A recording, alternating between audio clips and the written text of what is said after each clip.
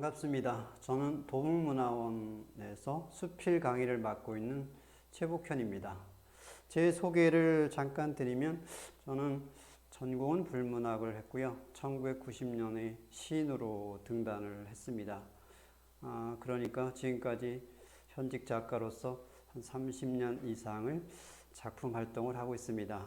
때문에 저는 그냥 가르치기보다 쓰면서 가르친다는 제 소신을 가지고 수강생들에게 가르치기만을 강요하는 것이 아니다. 저도 직접 글을 씁니다.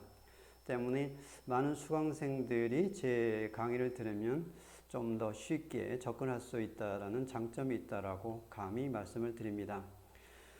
그 다음에 이제 도북문화원 수필반의 소개를 잠깐 드리면 저희 모임은 매주 월요일에 모입니다. 1반은 오전 9시 반에서 11시 반까지 진행하고 두 번째 반인 2반은 12시부터 14시까지 진행합니다. 수업 방식을 잠깐 소개를 드린다면 2시간의 강의 중에 첫 시간은 이론 강의를 합니다. 이론 강의 시간에는 두 가지로 이야기를 하는데 첫째는 자기 치유를 위한 글쓰기와 두 번째는 독자 맞춤형 글쓰기로 나누어서 강의를 합니다. 첫 시간에 강의 내용은 이 두 가지를 가지고 어떻게 하면 보다 쉽게 글을 쓸 수 있을까, 나도 글을 쓸 수 있을까라고 하는 점에 주안점을 두고 기초부터 차근차근 가르칩니다. 그리고 두 번째 시간에는 수강생들이 쓴 글 중에서 함께 읽으면서 배울 점은 있는지 또는 실수한 점은 없는지를 드러내서 글을 쓴 본인은 자기 글이 어떻게 쓰여졌는지를 다시 한번 들춰보는 시간이 되고 나머지 수강생들은 그 실수를 통해서 글쓰기를 배웁니다. 다음으로 그러면 1반과 2반의 차이가 있느냐라고 묻는다면 차이는 있습니다. 저희 반은 글쓰기를 제가 직접 집필한 달인의 글쓰기를 교재로 사용하고 있습니다. 때문에 1반은 앞에서부터 시작한다면 2반은 중간 부분에서 시작합니다. 이렇게 진행하다 보니까 2년여 동안 책 한 권을 가지고 공부하게 되는데 로테이션으로 공부하다 보니 어느 분기에서는 1반이 중급이 되고 2반이 초급이 되는 경우도 있고 서로가 엇갈리게 공부한다는 점을 말씀드립니다. 앞에서 제가 말씀드렸던 것처럼 저희 수업 방식은 철저히 이론만 하는 것이 아니라 실제로 같이 글을 쓰는 과정을 갖추기 때문에 누구나 이론과 실제를 겸비할 수 있다라는 장점이 있다라는 말씀을 드립니다. 이렇게 저희가 그 글쓰기 시간에 대한 그리고 방식을 말씀드렸다면 제가 주안점을 두고 수강생들을 지도하는 지침을 서너 가지로 요약을 해서 말씀드린다면 첫 번째 모토는 배우면서 쓰고 쓰면서 배우자입니다. 배우면서 쓰고 쓰면서 배우자. 예를 들면 하나씩 우리가 정리를 좀 해보도록 하죠. 배우다, 쓰다. 제가 이렇게 잡은 이유는 뭐냐면 대부분의 수강생들은 글을 처음부터 쓰려고 하는 용기를 내지 못합니다. 왜냐하면 남들의 눈을 의식하기 때문이지요. 이런 수강생들은 굉장히 진도가 느리고 글 쓰는 속도도 느립니다.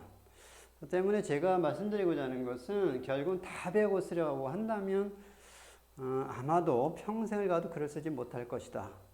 쓰면서 배우는 게 제일 빠르다. 이렇게 말씀을 드리고요. 두 번째는 글쓰기를 즐기자입니다. 저의 모토는 글쓰기를 즐기자. 글쓰기를 즐기자입니다. 글쓰기를 즐기자라고 한다면 어떻게 즐길까? 이거겠죠. 다른 말로 한다면 즐기지 못하면 스트레스를 받는다는 얘기죠. 글을 쓰려고 하면 스트레스를 받기 시작을 해요. 즐기는 방법은 뭘까요? 첫째는 이렇게 이야기할 수 있겠죠. 뭐냐면 잘 쓸 수 있는 것부터 쓰자. 이런 얘기가 됐죠. 잘 쓸 수 있는 것. 잘 쓸 수 있는 것이라고 한다면 아마도 여러분의 소소한 일상이 될 겁니다. 또는 말하지 않고는 견딜 수 없는 것. 쓰지 않고는 도저히 참지 못할 것, 이런 자기 안에 있는 울분이나 분노 같은 것을 토해낼 수 있다면 아마도 잘 쓸 수 있을 겁니다. 저는 실제로 그런 체험을 했습니다. 한 번도 30년 동안 글을 안 썼다는 분이 자기가 쓰지 않고는 견딜 수 없다는 글을 썼는데 제법 잘 썼더라고요. 배운 적도 없는데 그건 무슨 얘기인지 아시겠죠? 마음속에서 나오는 대로 쓰는 글이 어떤 때는 제일 좋은 글이 될 수 있다라는 말씀을 드립니다. 그렇게 콕 집어서 쓸 수 있는 것. 따라서 여기에서 이렇게 이야기할 수 있겠죠. 즐길 수 있는 글쓰기라고 하는 것은 좋은 글을 쓴다기보다 잘 쓸 수 있는 글, 쓰고 싶은 글보다 잘 쓸 수 있는 글, 지금 당장 잘 쓸 수 있는 글부터 시작하라. 그것이 가장 쉽고 재미있게 즐길 수 있는 글쓰기다라는 말씀으로 요약을 해드리고요. 이쯤에서 이렇게 좀 덧붙여서 말씀드린다면 글쓰기를 즐기다 보면 자기 치유 효과가 나타납니다. 앞에서 제가 조금 언급을 했지만 이거 쓰지 않고는 견딜 수 없는 그런 이야기들이 있습니다.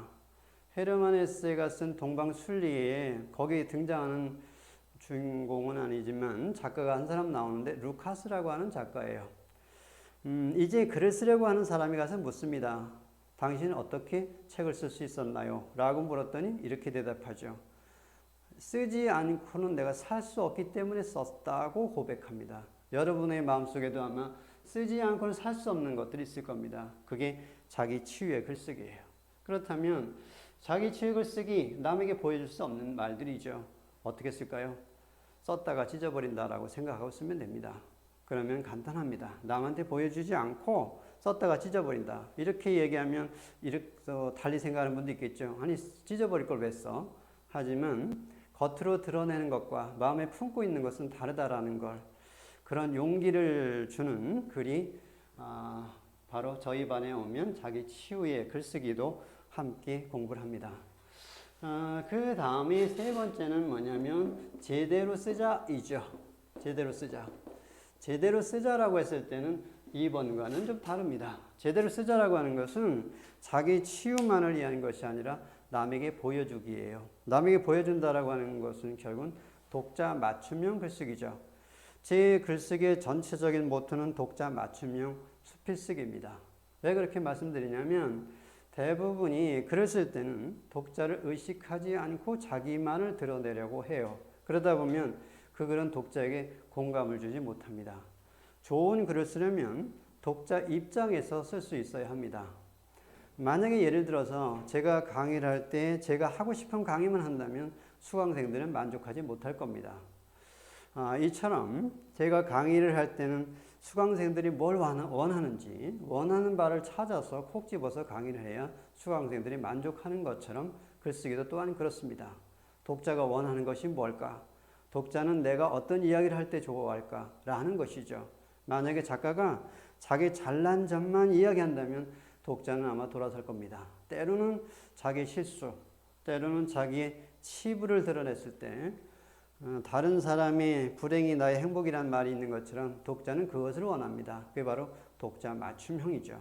독자 맞춤형이라고 하는 것은 쉽게 얘기해서 독자 조라고 쓰는 것이다. 그러면 독자가 원하는 어휘와 독자의 수준에 맞는 글을 써야겠죠. 그게 바로 제대로 쓰기입니다.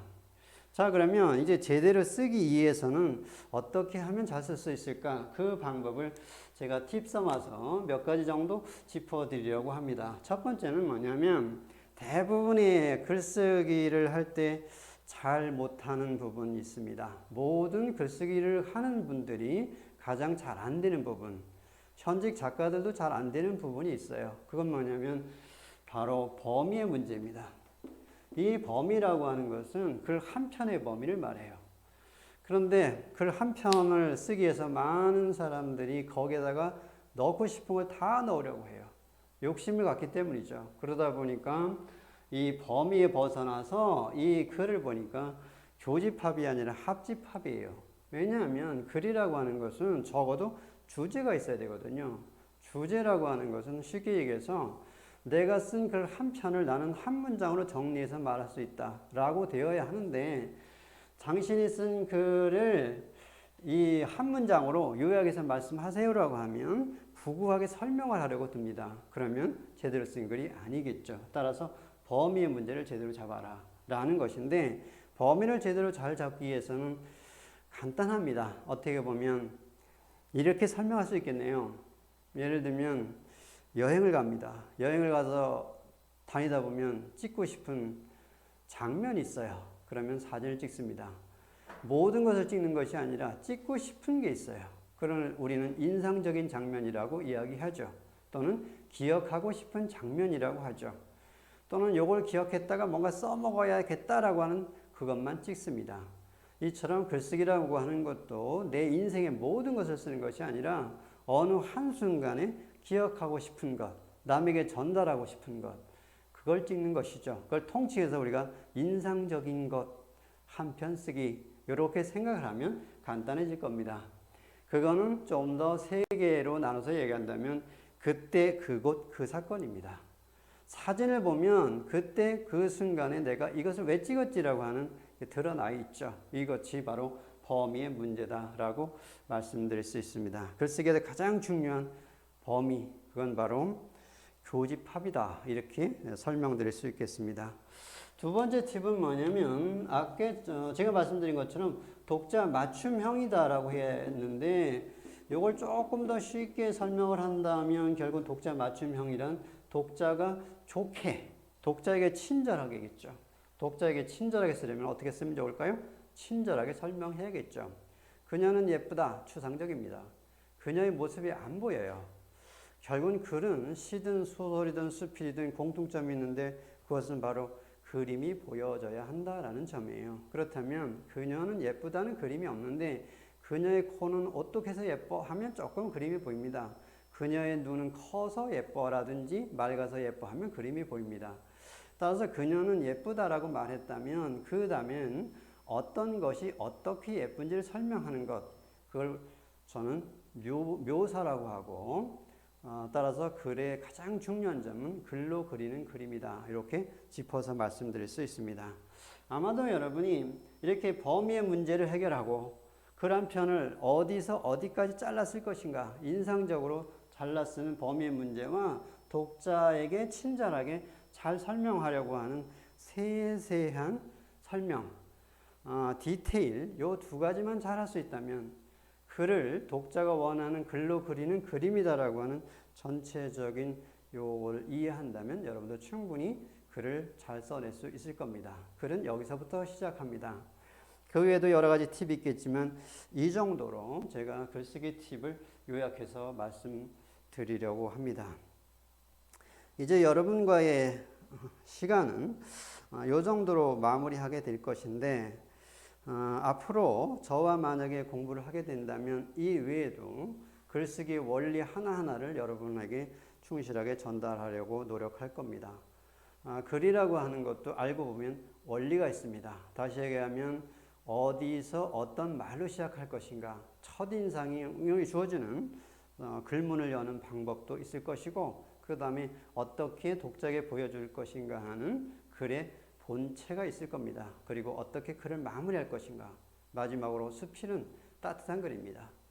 누구나 읽었을 때 따뜻함의 글 쓰는 방법은 쉽고도 어렵습니다. 어떻게 보면 팁을 하나 더 마지막으로 드린다면 결국은 수필을 씀에 있어서는 세상의 모든 문제를 남의 문제로 받아들일 것이 아니라 나의 문제로 받아들여서 그리고 나의 반성하는 의미로 나의 성찰하는 의미로 마무리하면 따뜻한 글이 될 것입니다. 끝이 좋으면 다 좋다는 말처럼 결국은 마무리가 좋아야 한다는 말씀을 드릴 수 있을 것 같습니다.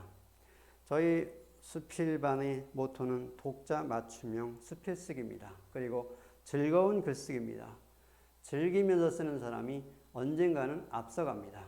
잘 쓰려고 하기보다 즐기는 글쓰기, 그걸 중심으로 해서 여러분하고 제가 만난다면 보다 즐거운 수필반이 될 거라고 확신합니다.